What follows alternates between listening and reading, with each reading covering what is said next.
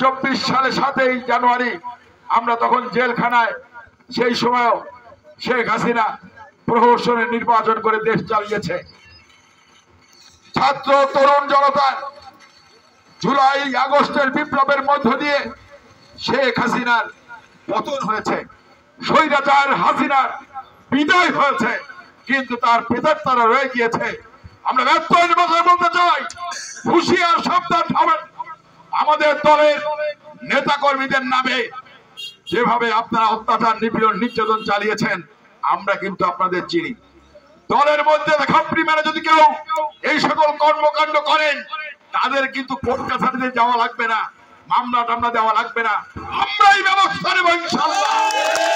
যারা মাঠ কর্মী, যারা পরিশ্রম করেছে, এই দলের জন্য জেল খেটেছে, ছেলে মেয়েদের সময় দিতে পারে নাই, বাড়ির বাজার দিতে পারে নাই, যারা শহর বন্দরে ঘুরে বেরিয়েছে, মিথ্যা মামলা ঝুড়ি নিয়ে রাস্তায় রাস্তায় না খেয়ে ঘুরে বেরিয়েছে, তাদেরকে বাদ দিয়ে রাজনীতি হতে পারে না, তাদের বাদ দিয়ে বিএনপি হতে পারে না, তাদের বাদ দিয়ে আমরা কিছু করতে পারি না।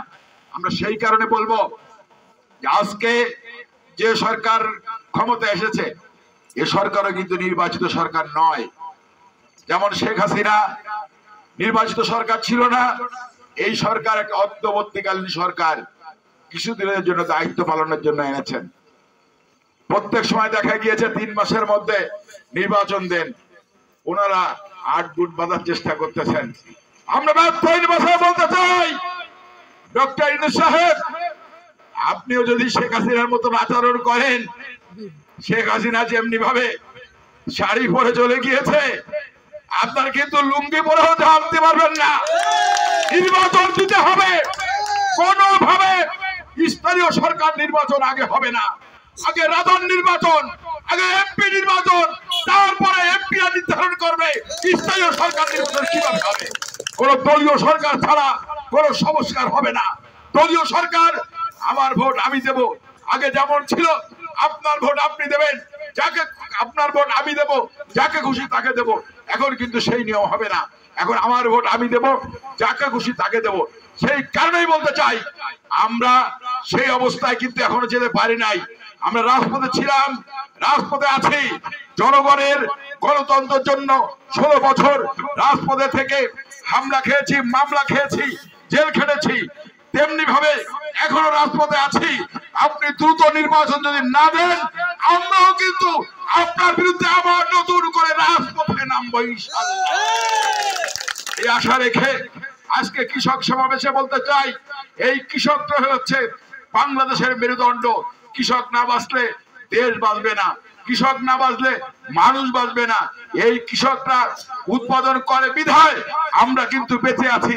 তাদের শ্রমের মূল্য আমাদের দিতে হবে, তাদের সার বীজ যা আছে তার মূল্য আমাদের দিতে হবে। এই সরকার নতুন করে আবার বিদ্যুতের বিল, গ্যাসের বিল বাড়ানোর পায়তারা করছে, এর জন্য আমাদের আন্দোলন করতে হবে। এই সরকার আসার পরে নিত্য প্রয়োজনীয় দাম আরো বেড়ে গিয়েছে। সেই কারণে আমরা বলতে চাই ডক্টর ইউনূস সাহেব, আপনার যারা আছে আপনি স্বতন্ত্র করে পার পাবেন না। শেখ হাসিনা যেমন ভাবে পার পায় নাই, আপনিও পার পাবেন না। আপনি দ্রুত জনগণের ভোট জনগণকে দেওয়ার ইচ্ছা তাকে যাকে খুশি তাকে দেবে, এবং জনগণ যাকে নির্ধারণ করবে সে ক্ষমতায় বসবে, তারাই সংস্কার করবে।